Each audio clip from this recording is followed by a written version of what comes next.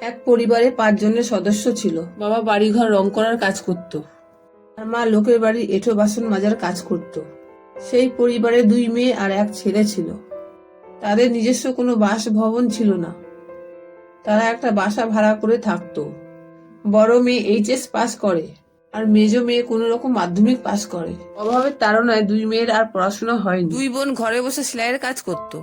এই ছিল তাদের রোজগার। বাবা মায়ের উপার্জনের পয়সা দিয়ে কোনো রকম সংসার চলত। সবসময় যেন সংসারে একটা অভাব লেগে থাকতো।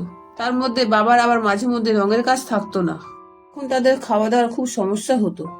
এই দেখে দেখে সানি বড় হচ্ছে। এবারে সানির মাধ্যমিক দেওয়ার পালা। সানি খুব পরিশ্রমী ছিল, পড়াশোনা করতে প্রচন্ড ভালোবাসতো। পড়াশোনার বাইরে পড়াশোনা তার এতটুকু খামতি ছিল না। সানির বাবা মা কখনো সানিকে পড়তে বসতে বলতো না, সে নিজের থেকেই পড়তো। সে পড়ায় এতটাই মগ্ন থাকতো যে তার খাবার কথা কিছুই মনে থাকতো না। তার মা বলতো, এখন একটু রাখ। সানির প্রচন্ড চেষ্টা ছিল, সে পরিশ্রমকে ভয় পেত না। মাধ্যমিক পরীক্ষাটা সে এতটাই ভালো দিয়েছিল, স্কুলের মধ্যে সবার থেকে সেরা নাম্বার পেয়েছিল। স্কুলে সে টপ করেছিল। স্কুলের প্রত্যেকটা টিচার সানিকে নিয়ে গর্বিত হচ্ছিল। তারা সানির রেজাল্ট দেখে খুব খুশি। বাবা মাও সানিকে নিয়ে খুব গর্বিত, কিন্তু ভেতরে ভেতরে তাদের একটা যন্ত্রণা কুড়ে কুড়ে খাচ্ছিল। সানির বাবা সানির মাকে বলল, ছেলেটা এত ভালো পড়াশোনায়, কিন্তু মনে হয় ওকে আর পড়াতে পারবো না। কাজ বাজ নেই, কতদিন ধরে বসা। সানির মা বলল, সবই আমাদের কপাল, আমাদের কপালটাই খারাপ। আবার সানির বাবা বলল, দুবেলা খাবারই জোগাড় করতে পারি না, কি করে ওকে পড়াই। কথাটি বলে সানির বাবা একটা বড় একটা দীর্ঘশ্বাস ছাড়লো।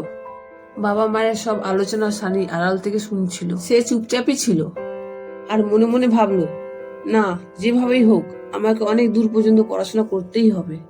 বাবা মা আর আমার দিদিদেরকে ভালো রাখবোই। না না, যেভাবেই হোক আমাকে পড়াশোনা চালিয়ে যেতেই হবে, পড়াশোনা বন্ধ করলে হবে না। সানি একদিন বাবাকে বলল, বাবা, তুমি আমার পড়াশোনা নিয়ে এত ভেবো না। আমার পড়াশোনা আমি নিজেই চালাবো। আমি টিউশনি করব। টিউশনি করে আমার পড়াশোনার খরচা ঠিক উঠেই যাবে।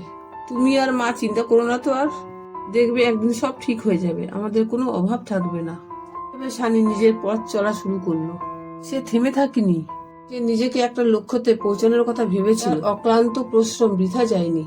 সে নিজের চেষ্টায় আর পরিবারের উৎসাহে আইপিএস অফিসার হয়।